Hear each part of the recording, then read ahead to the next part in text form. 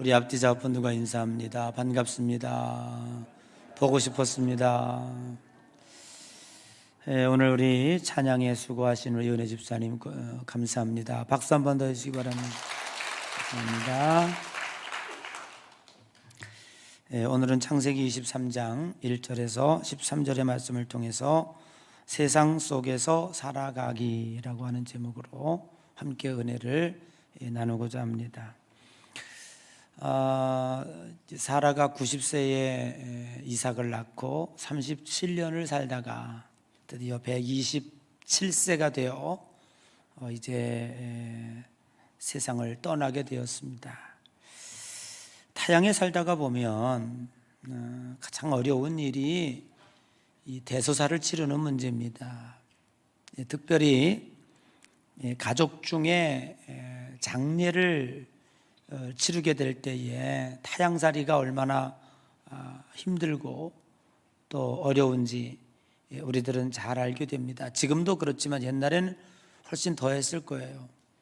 요즘에도 우리나라 저 시골에 가보면 타향에서 이렇게 오신 분들이 장례를 치르려고 그럴 때에 동네에 관을 들고 들어가지 못하도록 막는 경우가 있습니다.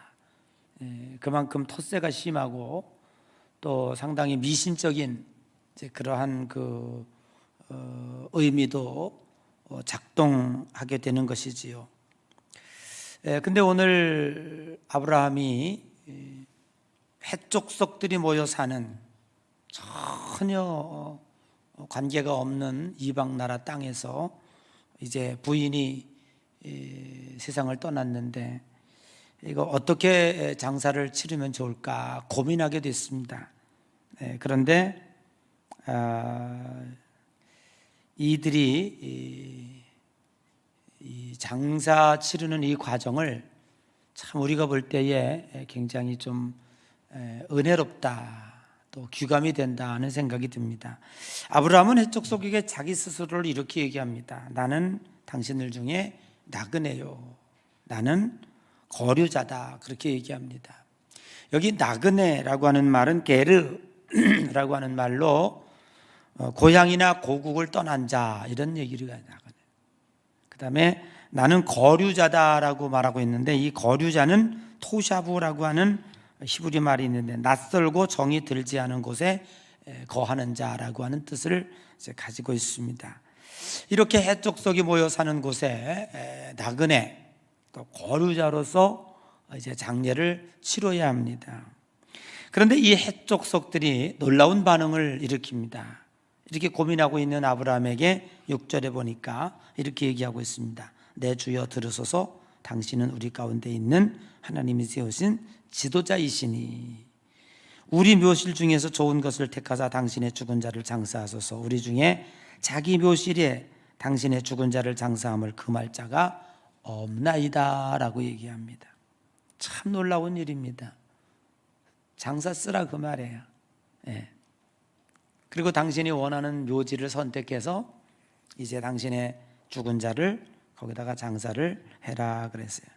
그래서 아브라함은 고맙죠. 얼마나 고맙겠습니까? 그러니까 그 군중들 앞에 그 동네 사람들 앞에 나가서 허리를 굽히며 경의를 표하고 이제 그 장사 지낼 곳을 선택합니다. 어디냐 하면 에블론의 밭머리, 에블론이 가지고 있는 땅 밭의 그 머리에 막벨라 굴, 그들이 이제 조상들이 죽으면 거기다가 장사 지내려고 미리미리 묘지를 준비해 놔요. 그 막벨라 굴을 자기들이 돈을 주고 사겠다. 아브라함이 그렇게 얘기를 합니다. 내가 돈을 주고 그 에글론의 땅, 그 다음에 그 막벨라 굴 그걸 사겠다. 그렇게 이제 제안을 합니다. 아마 그 이야기를 듣고 있는데 그 동네 사람 가운데 그 땅 주인인 에블론이라고 하는 사람이 있었던 것 같아요.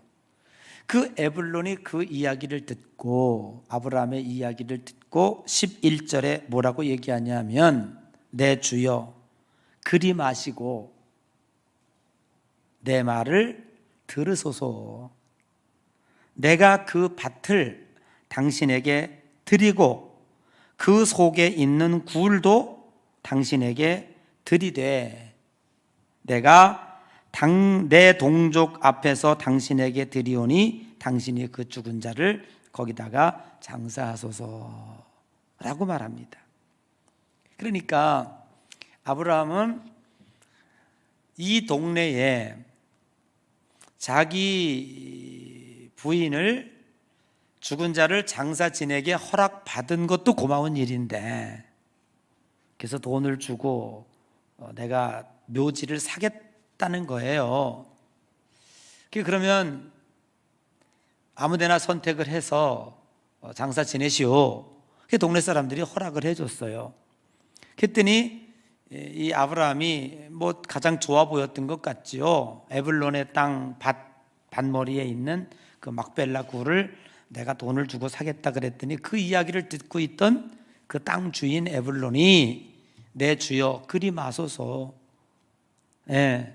내가 그 땅과 그 속에 있는 막벨라 굴 무덤도 당신에게 공짜로 드리겠나이다. 그렇게 얘기하는 거예요. 그랬더니 아브라함이 그 에블론 앞에 덥석 고맙습니다. 그리고 받질 않아요.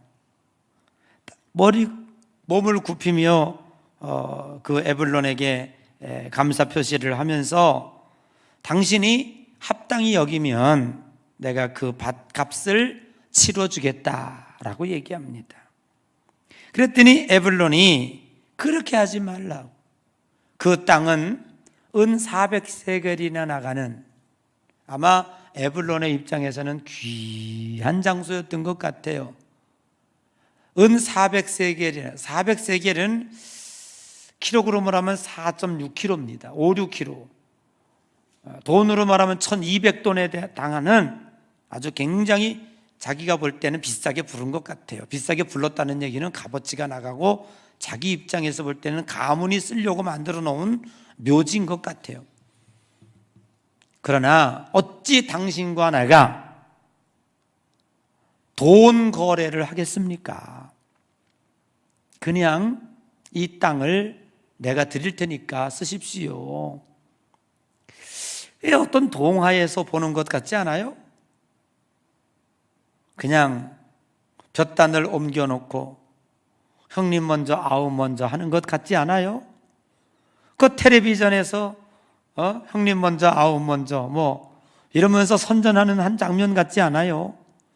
참 어떤 우리가 볼 때에는 이상한 장면이 여기에 벌어지고 있는 것입니다. 저는 여기서 어떻게 하면 전혀 동네 사람과 관계가 없는 이방 사람, 예를 들면 우리나라 뭐 김씨들이 모여 살고 이씨들이 모여 살고 옛날에 이렇게 씨족 사회가 있었잖아요. 그런데 거기 다른 문중이 들어와 살기가 매우 어렵잖아요. 그보다 한술 더 떠서 지금 여기는 달라, 민족이 달라. 그러니까 한국 사람들이 모여 사는 조그만 동네에 저기서 동남아 어느 나라, 뭐 파키스탄 아니면 아프리카 뭐 이런 나라 사람이 와서 여기 살고 있는 거나 똑같은 거예요. 그런데 어떻게 이렇게 동네 사람들이 아브라함에게 호의적일까? 조금 더 발전시켜 말하면 전부 안 믿는 사람들인데, 해쪽 속 하나님을 모르는 사람들입니다. 그렇게 안 믿는 사람 가운데 하나님을 믿는 아브라함이 들어와서 어떻게 이렇게 인정을 받고 살았을까? 이게 초점인 거라. 그래서 저는 여러분과 함께 이런 관점에서 오늘 본문의 말씀을 접근해 보려고 그러는 거예요.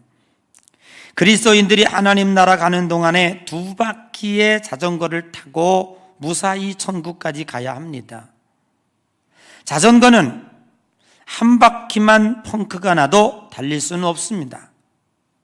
그때부터는 자전거가 나를 태우는 것이 아니라 내가 자전거를 짊어지고 가야 할, 그리고 자전거를 끌고 가야 할, 자전거가 큰 짐이 되기도 하는 것입니다.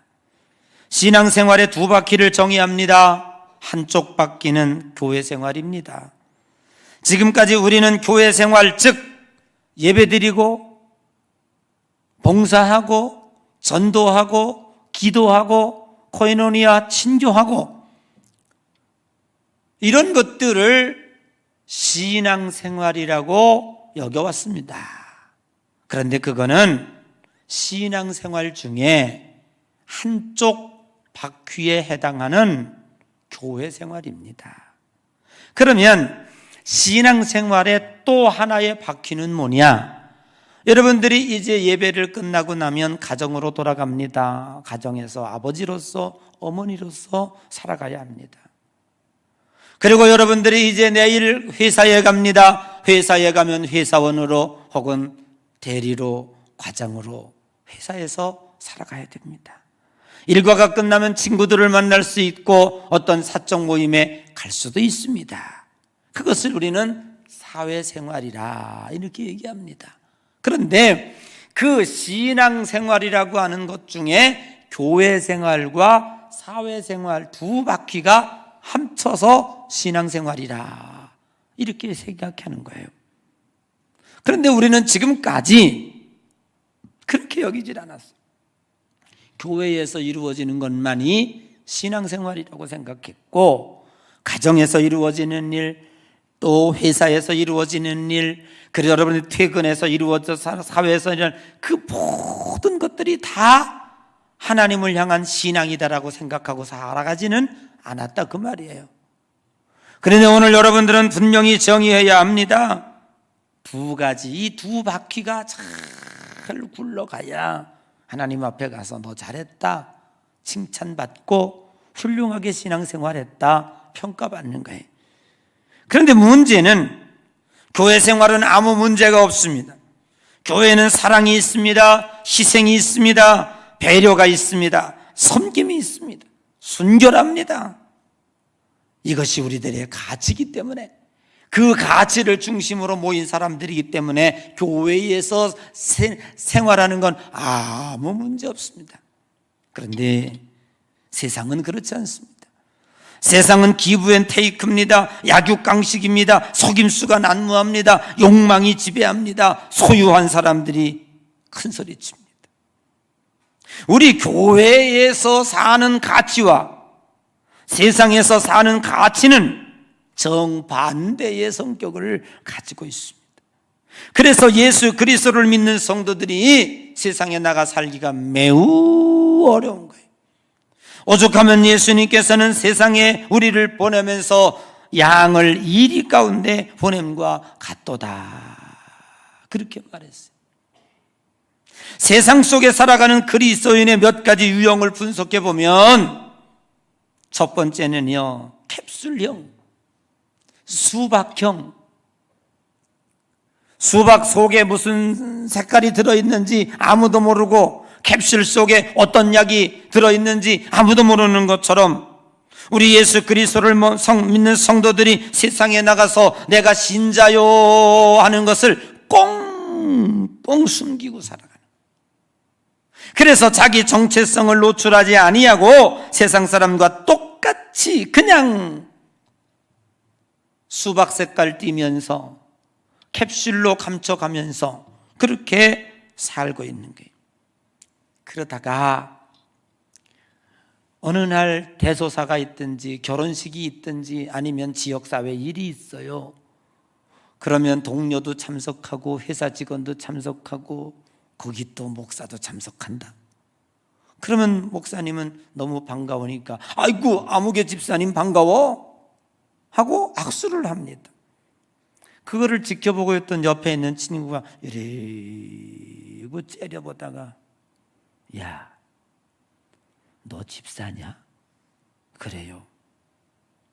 아무개 성도님 반가워요. 축하해요. 그리고 목사가 인사를 하고 이러고 떠나면 넌지시 째려보고 있다가 친구가 야, 너 교회 다니니? 그렇게 물어요. 그거는 평소에 숨기고 있었고, 그리고 그 친구가 너 집사냐라고 묻는 거는 어이구, 너 집사같이 생활하는 거 한 번도 못 봤거든? 너 시인자인 것처럼 생활하는 거 한 번도 못 봤거든? 그러고 비웃는 거예요. 여러분들은 지금 설교를 듣고 있지만 내가 보기에는 아마 이 중에 80%는 그럴 거다. 여러분에 있는 회사 동료가 여러분 자신이 집사인 거 압니까? 여러분이 함께하는 동료들이 여러분이 교회 다닌다는 것을 알고 있습니까? 두 번째는 왕따형이 있습니다. 그리스도인의 신분을 밝히기는 했지만 잘 어울리지 못했어. 늘 외톨이가 됩니다. 함께하지 못합니다. 그들과 어울리지 못합니다. 그래서 늘 왕따당하고 회사 사람들과 친구들에게 불편감이 됩니다. 세 번째는 빛과 소금의 역할을 감당하는 형이 있습니다. 자신이 녹아지고 희생하고 헌신하고 섬겨서 확고한 리더십을 확보하고, 저 사람이 예수 믿고 교회 다닌다는 것 때문에 우리 회사가 즐겁고 힘들고 어려울 때 저 사람에게 기도 부탁하고 우리들의 정신적인 지주가 되고, 오늘 여기 본문 말씀에 해족속 사람들이 이 아브라함을 뭐라고 얘기하고 있습니까? 당신 내 주여, 당신은 하나님이 세우신 지도자이십니다. 그들이 고백을 하게 되는 것입니다.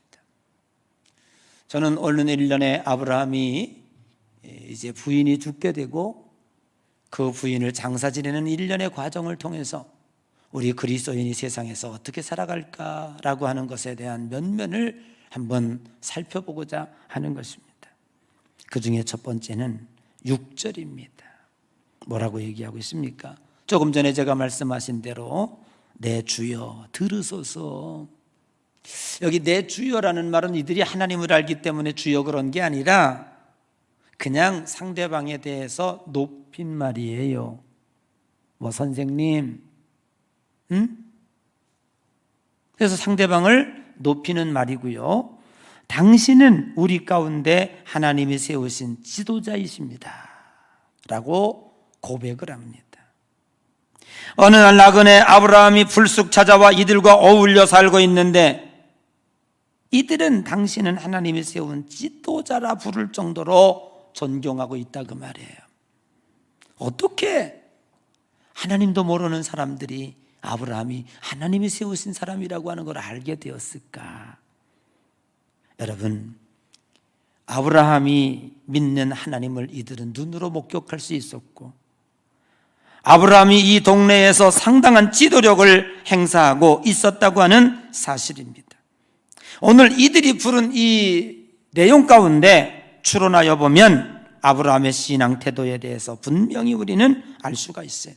그 첫째는 무엇입니까? 아브라함은 해족 남의 나라 땅, 다른 사람의 부족 가운데 이사 와서 살 때에 처음부터 나는 하나님을 믿는 사람이다 라는 것을 절대로 숨기지 않았습니다.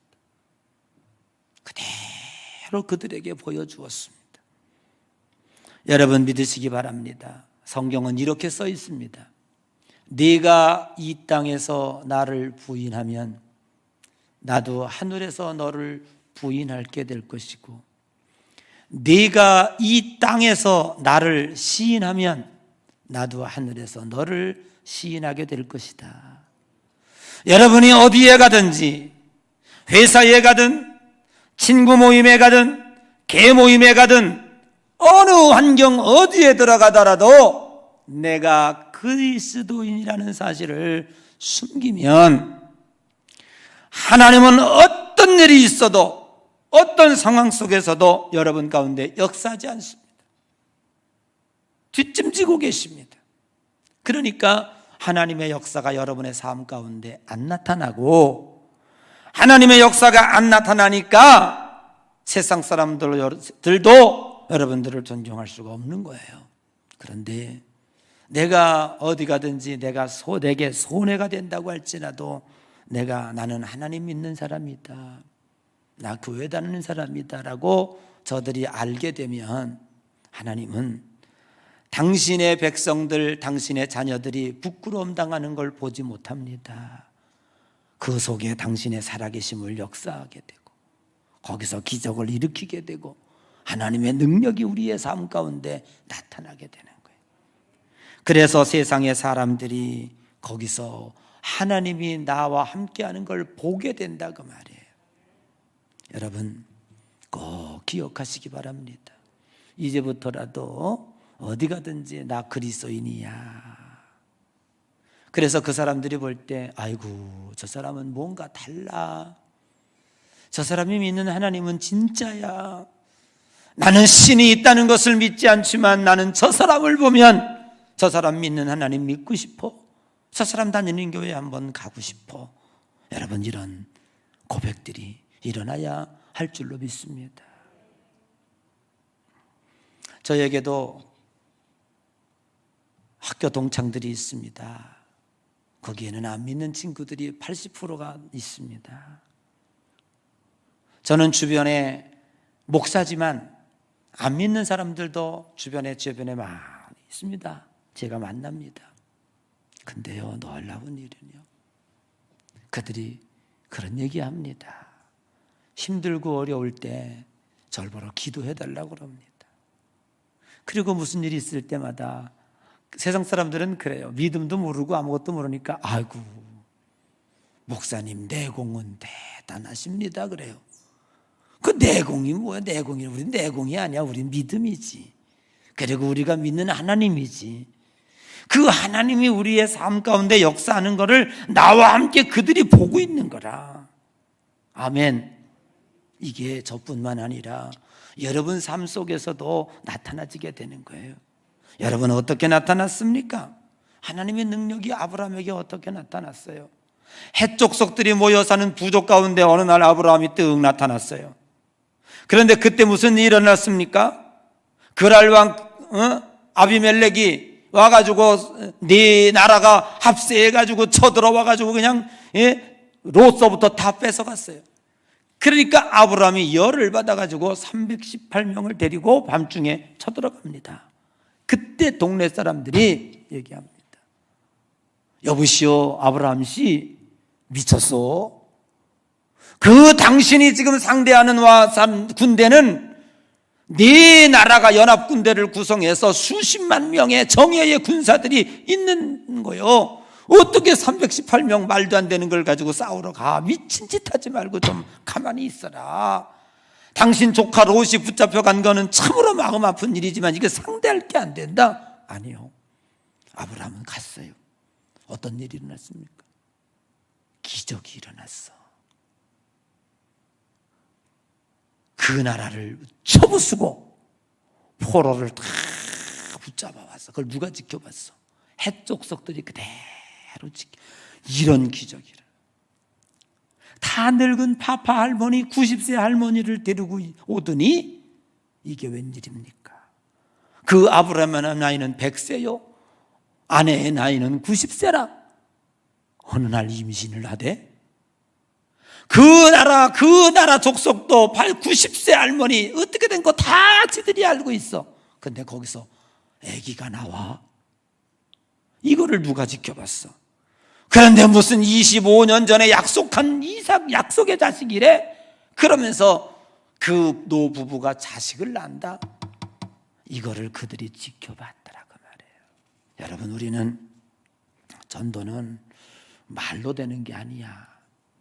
여러분의 가족이나 친지들이나 마찬가지야.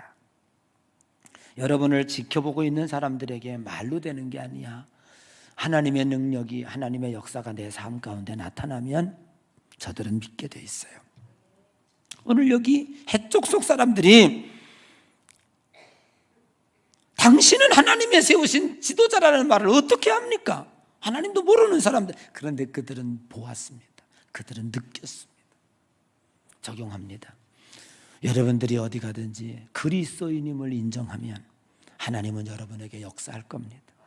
여러분의 가정이 달라질 것이고 여러분의 회사가 달라질 것이고 여러분의 직장이 달라질 겁니다. 두 번째는요, 에브론이 아브라함이 극구 돈을 주고 사겠다는데 아니라는 거예요. 그것도 비싸잖아. 은 400세겔 1200돈. 그걸 아브라함이 돈 주고 사겠다는데 그 땅 주인은 아니라는 거예요. 그냥 가지라는 거예요. 그냥 쓰라는 거예요. 막벨라 굴, 우리 조상, 우리 가족들 묻으려고 만들어 놓은 무덤인데 이 귀한 무덤을 누굴 줍니까? 근데 주겠다는 거예요. 참. 여러분, 세상은 철저히 기브앤테이크입니다. 약육강식입니다. 힘 있는 자의 논리가 작동하는 것이 세상입니다. 그런데 어떻게 이런 일이 벌어질까? 추론해 봅니다. 아브라함의 삶이 그대로 눈에 보이는 것 같아요. 어떻게 살았을 것 같아요? 아브라함이 타양 땅에 와서. 나는 확신합니다. 아브라함은 많이 베풀고 산 사람인 것 같아요. 오늘 에브론은요, 아브라함에게 따뜻한 환대를 받고 꽤나 신세를 평소에 졌던 사람 같아요. 그러니까 여러분, 섬김의 리더십, 성경의 이론대로 말하면 주라, 그리하면 내가 너에게 차고 넘치도록 채워주리라 라고 하는 하나님의 말씀을 실천하며 산 사람입니다.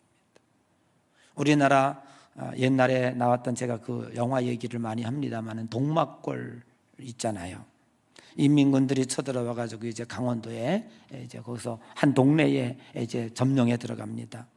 총뿌리를 떼고 해도 말 안 들어, 동네 사람들이. 근데 그 동네 수염난 할아버지가 있는데 그 할아버지가 나와라 그러면 숨었다가 다 나와. 어디 숨었는지, 숨어라 그러면 어디가 찾을 수도 없게 숨어.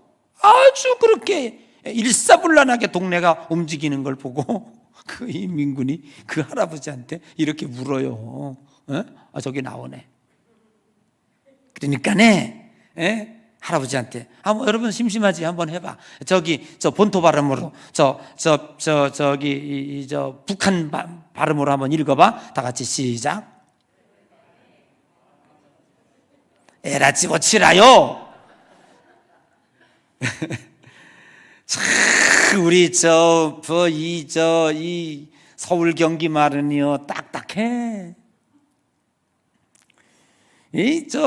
전라도 말은 나긋나긋하고, 경상도 말은 구수하고, 니북 말은요 좀 아주 감칠나요. 그치? 근데 이게 표준 말은요 참 딱딱해. 그래서 이 목사님들도 보면은요, 이 경상도 목사님들 설교가 구수합니다.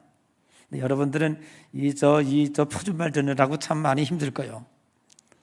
이 전라도 사람들은 아주 좀 나긋나긋하게 또 잘해, 또 사투리 써가면서. 근데 저는 이 사투리를 모르니까 북한 말로 지금 그렇게 묻는 거예요. 그러니까 이 할아버지가 이 강원도 감자바위 어디 갔냐? 저 강원도 최명구장으로 한번 해봐. 저거. 자, 나온다. 자, 해봐. 자, 보여줘봐요. 한번 해봐. 저거를 그냥 저 표준 말로 쓴 거야. 그냥 강원도 감자바위 말로 한번 해봐. 시작. 이거 여기 오래 살면서 그냥 다 표준 말이 돼 버렸어. 할아버지가 먹여야지 뭐 그런 거예요. 그러니까 이 비결이 뭡니까? 어떻게 이 동네 사람들이 늙은 할아버지 말에 그냥 이렇게 잘 따르오라고 인민군이 물으니, 이 할아버지는 뭐를 많이 먹여야지. 평소에 그냥 먹이는 거예요. 동네 사람들을 먹이니까 할아버지가 그냥 지도자가 된 거야. 여러분, 간단합니다. 우리는 세상에서 베풀어야 됩니다. 이웃에게도요. 여러분, 돈 많아서 베푸는 게 아니에요. 작은 거라도, 사과 한 쪽이라도 자꾸 누군가에게 주면 그 사람 내 사람 되는 거예요. 너무너무 간단해. 여러분, 우리 기독교인은요, 누가 뇌물 준다고 움직이는 사람 아니야. 우리는 성경의 말씀을 붙잡고 나가는 사람들이야. 아멘. 돈 준다고 교회 가는 거 안 가고 말이죠. 뇌물 준다고 우리는 타협하고 법당 가고 이렇게 가는 사람 아니야. 우리는 그렇지 않습니다. 세상이 우리는 못 움직여요. 그러나 저 세상은 논리가 너무너무 간단해. 그냥 주면 되는 거예요. 이 나름대로 아브라함은요, 성공한 삶을 살았다 이렇게 봐요. 왜요? 남의 나라 땅 남의 동네에 와가지고 하인이 318명의 종을 데리고 있을 정도 되면 꽤나 사는 사람이야. 그지? 평소에 베풀미 없었다고 할지라도 오늘 에브론의 입장에서 볼 때 아브라함에게 잘 보이면 손해볼 것이 없다라고 생각했던 거야. 그래서 그냥 주는 거예요. 세상 논리는 그래요. 없는 자에게 주는 법은 없어. 있는 자에게 더 주고 싶고, 가진 자에게 더 가까이 가고 싶고, 높은 자에게 더 붙고 싶은 게 세상의 논리요. 그렇잖아요. 그럼 우리는 어떻게 해야 되겠어요? 우리는 하나님을 믿는 사람으로서 세상에 영향력을 끼치고 살려면 나는 이렇게 생각합니다. 여러분 자녀들이 있다면 꼭 가르쳐 주세요. 네가 출세하기 위해서 공부 잘하고 돈 많이 벌기 위해서 사업 열심히 하라는 게 아니야. 그거는 한계가 있을 수가 있어. 에이 그냥 가난하게 살면 어때? 공부 이 정도 하면 되지. 이렇게 말할 수 있어. 그러나 하나님을 믿는 사람은요, 공부하는 것도 사명이요. 공부를 잘 해야 돼. 왜? 그래야 하나님이 영광 받아. 사업하는 사람도요, 때로는 게으르고 싶고요, 때로는 나도 쉬고 싶고요, 할 수 있어. 그러나 목숨 걸고 우리는 사업을 해야 될 이유가 있는 거라. 그건 왜요? 이게 사명이라. 회사 다니는 게 어떤 때는 때려치기도 쉽고 한번 상관한테 들이받고 사표 내고 여기다 나오고 싶을 때도 있어. 그러나 우리는 이것저것 다 참아가면서 조직사회 속에서 견뎌야 되고 높이 올라가서 지도자의 역할을 감당해야 될 이유가 있는 거예요. 그건 뭐냐 하면 사명이기 때문에 그런 거라. 우리가 잘 되면, 우리가 높아지면 하나님이 영광을 받으십니다. 이게 논리입니다. 그러므로 우리가 이렇게 되면 여러분들이 오해도 조금 하실 수 있지만은, 그러나 의식 자체만은 하나님의 영광의 의식으로 바꿔줘야 되겠다. 노력해도 안 되는 거야. 어쩔 수가 없지만, 그러나 늘 어디 가도 세상에 나가서 할 때 여러분들은 나는 하나님의 백성이라는 이 존재, 정체성의 의식을 절대로 잃으면 안 돼. 하나님 나를 축복해 주시옵소서. 나를 통해서 저들에게 선한 영향력을 끼치게 해주시고, 꾸어줄지언정 꾸임받지 않게 하시고, 정치를 해도 두목이 되게 하시고, 장사를 하면 거부가 되게 하시고, 공부를 해도 우등생이 되게 해주시옵소서. 왜 못해 그거? 기도한 대로 될 줄로 믿으시기를 바랍니다. 사람은 의식한 대로 돼. 내가 목표한 대로 되는 거야. 그런 의식이 없이 살아가다가 보니까 매일 가방 못지만 하는 거예요. 여러분 눈에 보입니다. 하나님이 축복하십니다. 하나님이 역사하십니다. 여러분들도 그런 믿음으로 살아가시기를 주님의 이름으로 간절히 축복합니다. 하나님, 나 실패하면 하나님 안 돼요. 나 실패하면 나 하나 어려움 당하는 게 아니라 하나님 영광 가립니다. 그래서 안 돼요. 여러분, 기도해야 될 명분이 생겼어요. 축복받을 명분이 생겼어요. 아멘. 여러분들이 왜 하나님이 복을 안 줍니까? 어떻게 하든지 돈 잘 벌면 새 차 바꾸고 새 집 바꾸고 교회 안 나올까 봐 11조도 안 하고, 하나님 앞에 무슨 명분이 있습니까? 하나님, 내 우리 교회에서 11조 1등 하길 원합니다. 하나님, 내가 거부가 되어 하나님의 영광을 드러내길 원합니다. 하나님 축복해 주세요. 기도할 명분이 떼쓸 명분이 생겼잖아요. 하나님은 그렇게 기도한 대로 우리들에게 허락하여 주실 줄로 믿습니다.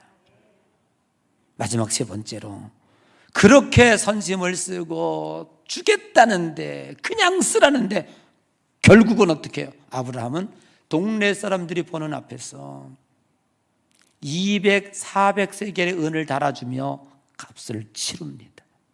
그리고 그 땅을 자기 소유로 가지고 옵니다.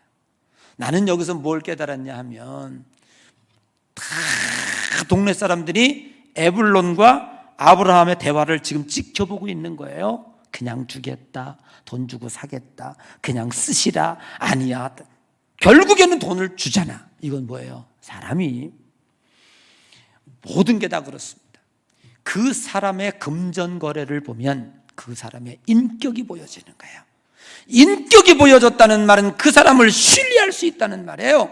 오늘 이 아브라함이 헷 족속 가운데서 영적인 지도자로, 하나님의 지도자로 추앙받고 남의 나라 땅에서 이 정도 살 수 있었던 것은 이 동네 사람들이 아브라함을 믿게 되었다, 신뢰하게 되었다.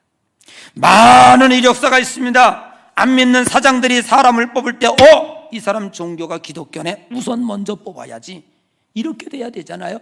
그런데 과연 오늘날 그렇습니까? 아이고 골치 아파. 예수쟁이 뽑으면 아주 골치 아파 이거.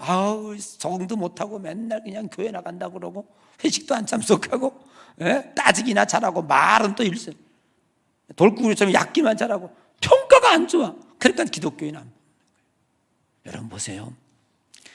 누구든지 사장 자리에 올라가면, 지도자 자리에 올라가면 사람을 선택할 때 능력보다 신뢰입니다.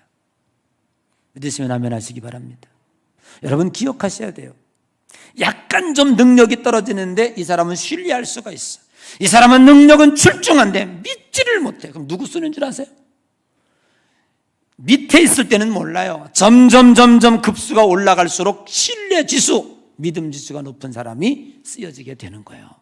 근데 그건 어디서 나타나? 오늘 아브라함은요, 철저하게 인격으로 승부했다. 신뢰할 수, 우리가 하나님 앞에 기도합니다. 내가 하나님 믿습니다. 소용없어요. 네가 하나님 믿는 것보다 하나님이 너를 믿을 수 있어야 되는 거예요. 아멘. 그래서 아브라함은요, 금전관계를 똑 부러지게 하는 거예요. 이건 뭐예요? 아브라함의 인격이야. 나는 절대로 공짜로 받지 않겠다. 정정당당하게 거래하겠다. 무슨 일이 있어도 금전 문제에 대해서 내가 흐릿하게 하지 않겠다. 자세가 너무 귀한 거예요. 여러분, 세상이 여러분을 신뢰할 수 있을 때 하나님이 영광 받으십니다. 작은 것 하나라도 헛되게 하지 마십시오. 누구에게 거래를 할 때 신뢰를 잃어버리는 거래는 죽어도 하지 마십시오. 이것이 그리스도인의 세상살이 삶입니다. 예수 믿는다고 하여 왕따 당하고 예수 믿는다고 하여 따돌림 당하지 않습니다. 그건 이유가 되질 않아. 내가 신뢰받지 못하기 때문에 예수 믿는다고 핍박당하는 거예요. 따돌림 당하는 거예요. 우리가 어디 가든지 세상 사람보다 더 믿어지고 세상 사람보다 신뢰되어지는 인격의 소유자가 될 때, 그러한 아름다운 성품을 가질 때에 여러분들의 지경이 넓혀지고 여러분들을 통해서 하나님의 영광이 드러나게 되는 줄로 믿습니다. 오늘 아브라함이 자기 부인 장사 지내는 이 작은 장면 속에서 우리는 많은 교훈을 얻었습니다. 이 교훈을 믿고 아브라함처럼 선한 영향력을 끼치며 어디 가든지 하나님의 영적 지도자로서 귀한 사명 감당하다가 하나님 앞에 가서 잘했다 칭찬받는 귀한 여러분 되시기를 주님의 이름으로 간절히 축복합니다. 기도하겠습니다.